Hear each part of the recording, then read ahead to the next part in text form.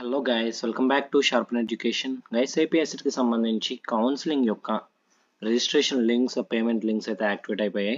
So మనం ఈ వీడియోలో క్యాండిడేట్ రిజిస్ట్రేషన్ ఏదైతే ఫస్ట్ స్టెప్ ఉందో మన కౌన్సిలింగ్లో, అదేవిధంగా ఫీ పేమెంట్ ఏదైతే ఉందో దానికి సంబంధించి complete step by step process అయితే చూద్దాం. సో ఈ వీడియోని ఎక్కడ స్కిప్ చేయకుండా కంప్లీట్గా క్లియర్గా అయితే చూడండి గైస్, బిఫోర్ మీరు కౌన్సిలింగ్ అప్లై చేసే ముందు. వన్స్ మీరు వీడియో చూసి కౌన్సిలింగ్ అప్లై చేస్తే మీకు ఒక క్లారిటీ అయితే ఉంటుంది. ఒకసారి మన అఫీషియల్ వెబ్సైట్ చూసినట్లయితే మనకి ఇంటర్ఫేస్ అయితే ఈ విధంగా ఉంటుంది కదా, క్యాండిడేట్ రిజిస్ట్రేషన్ అదేవిధంగా ఏదైతే ఉందో పేమెంట్ స్టేటస్ చూసుకోవడానికి ఇట్లా లింక్స్ అయితే ఇచ్చారు.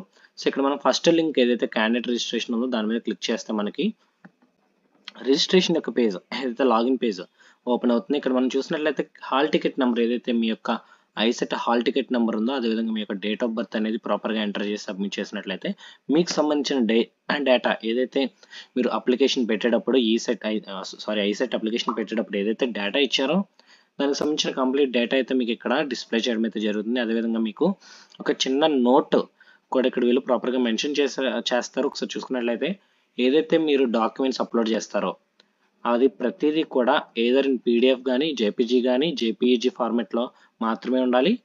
And along with that 1 MB below 1 MB మాత్రమే ఉండాలి. సో దీనికోసం అయితే మీరు ఆన్లైన్లో ఆర్ ఏమైనా యాప్స్లో చూసి మీరు కొన్ని యాప్స్ అయితే ఉంటాయి కంప్రెస్ చేయడానికి. సో వాటిని యూస్ చేసి మీరు అయితే డాక్యుమెంట్స్ని కంప్రెస్ చేసి పెట్టుకోండి గైస్. ఒకసారి నెక్స్ట్ చూసినట్లయితే మనకి ఇక్కడ కొన్ని డీటెయిల్స్ అయితే వీళ్ళు ఆల్రెడీ డిఫాల్ట్గా ప్రొవైడ్ చేసి ఉంటాయి. నేమ్ ఆఫ్ ది క్యాండిడేట్, మీ యొక్క నేమ్ కానీ డీటెయిల్స్ ఏదైతే మీరు ఎగ్జామ్ రిజిస్ట్రేషన్ అప్పుడు ఇచ్చారో అవైతే ఇక్కడ ఆల్రెడీ ఫిల్ చేసి ఉంటాయి. అవైతే మీరు మాడిఫై చేయడానికి అయితే ఏముండదు గైస్. సో జస్ట్ నెక్స్ట్ మీకు వచ్చేసి కొన్ని మీరు అప్డేట్ చేయడానికి డేటా వీళ్ళు అయితే ఇవ్వడం జరుగుతుంది. అది చూసుకున్నట్లయితే మనకి ఇక్కడ క్యాస్ట్ యొక్క మీ యొక్క క్యాస్ట్ ఏదైతే ఉందో అది అడుగుతారు. అదేవిధంగా ఈడబ్ల్యూఎస్ సెక్షన్ ఎలిజిబిలిటీ ఎస్ ఉంటే ఎస్ ఆర్ నో అంటే నో, ఓసీ వాళ్ళకైతే ఆ విధంగా మీకు ఇక్కడ కొన్ని డీటెయిల్స్ అయితే అడుగుతారు. అదేవిధంగా ఫీజు రింబర్స్మెంట్ మ్యాక్సిమం ఎస్ పెట్టండి, ఎందుకంటే మీకు ఏదైతే ఇన్కమ్ సర్టిఫికేట్ ఉంటుందో దాన్ని బట్టి ఎవరు కూడా నో అయితే పెట్టద్దు. మీకు ఇన్కమ్ సర్టిఫికేట్ మీకు ఎలిజిబిలిటీ ఉంటే మాత్రం ఖచ్చితంగా ఎస్ అయితే పెట్టండి. సో మీకు ఏదైతే ఇన్కమ్ సర్టిఫికేట్ ఉందో మీ సేవ నుంచి వచ్చింది కానీ లేదా సచివాలయం నుంచి వచ్చింది కానీ అది ఉంటే కనుక ఇక్కడ మీరు ఎస్ అని పెడితే మీకు ఇక్కడ చూస్ ఫైల్ ఏదైతే ఉందో అక్కడ మీకు డాక్యుమెంట్ అప్లోడ్ చేయడానికి ఆప్షన్ ఇస్తారు.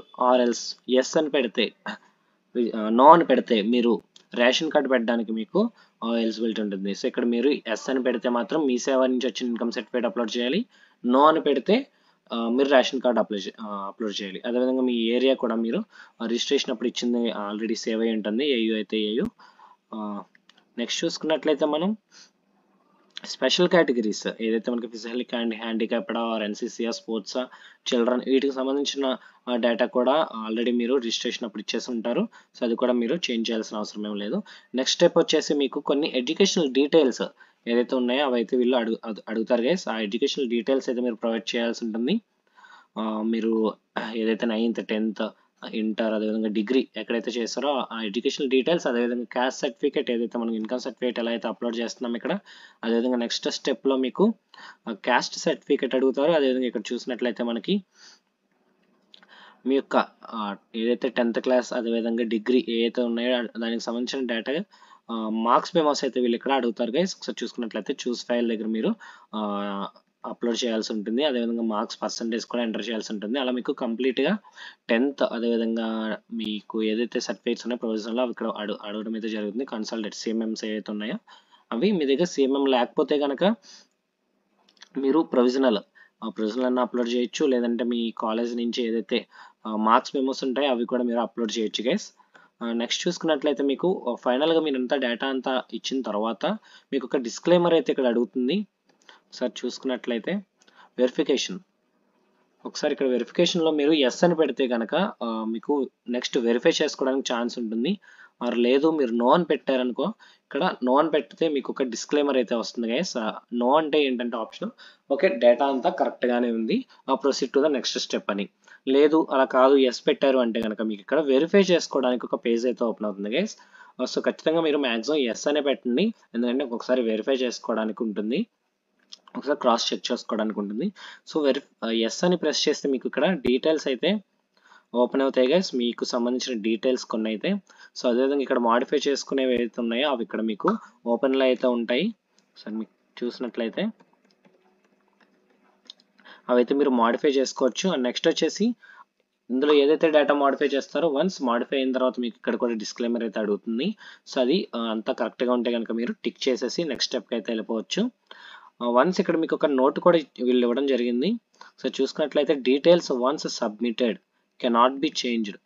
ఏవైతే మీరు డీటెయిల్స్ సబ్మిట్ చేస్తున్నారో, ఎందుకంటే వెరిఫికేషన్ పేజ్లో ఉంది, సో కంప్లీట్ వెరిఫై చేసుకోవాలి.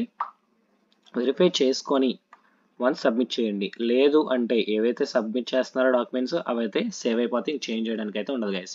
సో ఇన్ కేస్ మీరు బై మిస్టేక్ ఏమన్నా రాంగ్ డీటెయిల్స్ అప్లోడ్ చేశారు అనుకోండి, దానికి సంబంధించి మనం ఎట్లా అప్రోచ్ అవ్వాలి, అవి ఎలా మాడిఫై చేయించుకోవాలి, ఎలా కరెక్ట్ చేయించుకోవాలి దాని గురించి అయితే మీకు ఏమన్నా ప్రాబ్లమ్స్ ఫేస్ చేస్తే కనుక ఈ విషయంలో కింద కామెంట్ సెక్షన్లో అయితే కామెంట్ చేయండి, నేను సొల్యూషన్ అయితే చెప్తాను గైస్. నెక్స్ట్ వచ్చేసి వన్స్ అది అయిపోయిన తర్వాత మీకు ఫీ పేమెంట్ పేజ్ అయితే ఓపెన్ అవుతుంది. ఇక్కడ చూసుకున్నట్లయితే మీకు ఫీ ఎంత అమౌంట్ 1200 అయితే 1200, 600 అయితే 600 చూపిస్తుంది. అదేవిధంగా మోడ్ ఆఫ్ పేమెంట్ ఏదైతే net banking, debit card, credit card అడుగుతుంది. వన్స్ పేమెంట్ అయిన తర్వాత మీకు పేజ్ అయితే పేమెంట్ సక్సెస్ఫుల్ పేజ్ ఓపెన్ అవుతుంది. ఇదైతే మీరు స్క్రీన్ షాట్ తీసుకొని పెట్టుకోండి, లేదంటే యొక్క డేటా నెంబర్ అయితే ఇస్తారు, ఐడి, పేమెంట్ ఐడి, అది కూడా సేవ్ చేసి పెట్టుకోండి. వన్స్ ఇక్కడ వరకు మీకు ఏంటంటే ఫస్ట్ స్టెప్ ఏదైతే రిజిస్ట్రేషన్ పేమెంట్ ఉందో ఆ స్టెప్ అయితే కంప్లీట్ అయినట్టు గైస్. వన్స్ మీరు కంప్లీట్ అయిన తర్వాత మీ యొక్క అప్లికేషన్ ఫామ్ని అయితే డౌన్లోడ్ చేసి పెట్టుకోండి. సో మళ్ళీ మీరు హోమ్ పేజ్కి వచ్చినట్లయితే మీకు ఇక్కడ డౌన్లోడ్ అప్లికేషన్ ఫామ్ అయితే ఒక లింక్ అయితే ఉంటుంది. ఆ లింక్ మీద క్లిక్ చేసిన వెంటనే మీకు డీటెయిల్స్ ఏదైతే పేమెంట్ ఐడి ఉందో అదైతే మళ్ళీ అడగడం జరుగుతుంది. వన్స్ అవి ఇచ్చిన తర్వాత మీకు మళ్ళీ పేజ్ అయితే ఓపెన్ అవుతుంది. ఇక్కడ సో అప్లికేషన్ మీరు ప్రింట్ చేసుకోవచ్చు ఇక్కడ నుంచి. ఇది గైస్ మనకి రిజిస్ట్రేషన్కి సంబంధించిన complete step by step guide అయితే. ఇందులో మీకు ఏ పాయింట్లో అయినా డౌట్ ఉంటే కనుక కింద కామెంట్ సెక్షన్లో అయితే కామెంట్ చేయండి. సో ఈ వీడియోని మీ ఫ్రెండ్స్ కూడా షేర్ చేయండి గైస్, ఎవరైతే కౌన్సిలింగ్కి అటెండ్ అవుతున్నారో. సో ఈ వీడియో వాళ్ళకి కూడా హెల్ప్ఫుల్గా ఉంటుంది.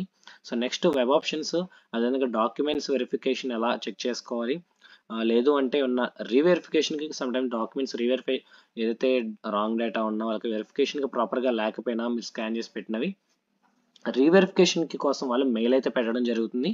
సో ఆ పెట్టినప్పుడు మీరు ఏం చేయాలి, రీవెరిఫికేషన్కి డాక్యుమెంట్స్ ఎలా అప్లోడ్ చేయాలి, అదేవిధంగా నెక్స్ట్ వన్స్ రిజిస్ట్రేషన్ వెరిఫికేషన్ అయిపోయిన తర్వాత వెబ్ ఆప్షన్స్ ఎలా పెట్టుకోవాలి అనేది కూడా కంప్లీట్ వీడియో నెక్స్ట్ వీడియో అయితే వస్తుంది. సో ఛానల్ సబ్స్క్రైబ్ చేసుకొని నోటిఫికేషన్ అయితే ఆన్లో పెట్టుకోండి గైస్. Thanks for watching.